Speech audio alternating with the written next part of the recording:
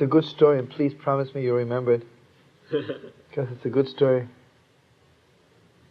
Whenever you see somebody giving up, it's a good story to tell. The Heilige Reb Nochem Chernobyl, one of the highest pupils of the Baal Shem. If you remember when he came to the Baal Shem says to his wife, "Hi, a young thief came to us for Shabbos, and the Rebbe thought she has to lock everything up." He says, "No, he's not stealing anything of this world. He wants to steal all my Torahs, He's ready to steal everything I learned. He wants to steal away in one Shabbos."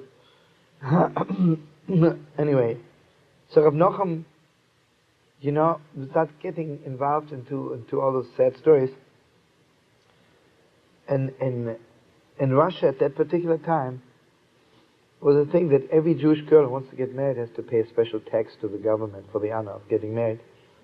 And the tax was not less than 100 rubles, and sometimes even 1,000 rubles. In those days, people would live on 50 kopecks a month. 100 rubles? It's unheard of. So many young people couldn't get married. So Reb Nochem made it his business to collect money for poor brides. First of all, should be able to pay the tax, and also to have a little money to live on. One day, Reb Nochem Chernobyl heard that there are 10 brides in the city, just don't have the money to get married.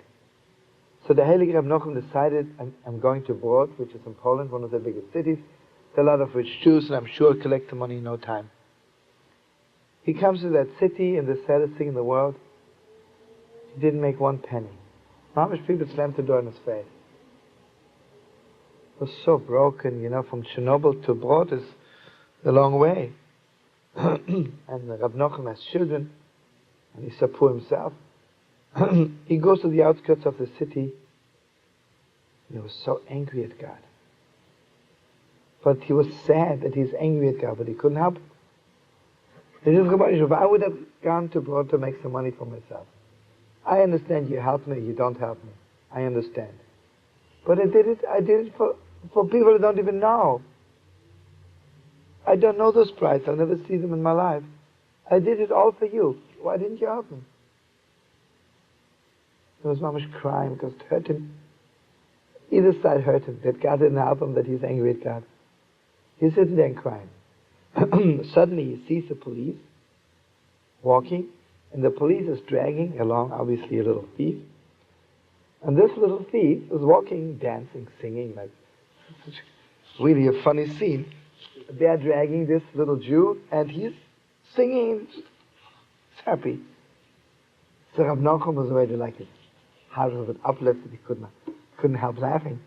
He says to him, "Who are you?" He looks at him and says, "You never heard of me? I'm Moshe Leganev. I'm Moshe the thief, the most famous thief in Brod, So Reb Nochem says, "I'm so sorry. I'm a stranger in the city. You never had the great privilege of meeting you, but now that I meet you, it's a great privilege." And he says to him, "Hey, Moshe, if you're such a famous thief, how come you were caught?" And he says, "Listen," he says, "even the most professional thief is caught sometimes. It's okay." He says to him, "Moshe, when you come out from prison, will you stop being a thief and become a decent person?" So the thief, Mamish, opens his eyes, looks into Reb Nochem, he says, "Don't you know? A Jew never stops doing what he has to do."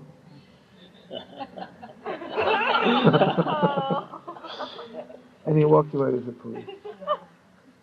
Okay, Reb Nochem got the message. Reb Nochem went back to Brod and collected all the money he needed, and he came back to the Holy Baal Shem and put the money in his holy hands. And the Heilige Baal Shem is holding Reb Nochem's hand, and he says, "Hey Nochem, how does Elijah the prophet look when he's a thief?"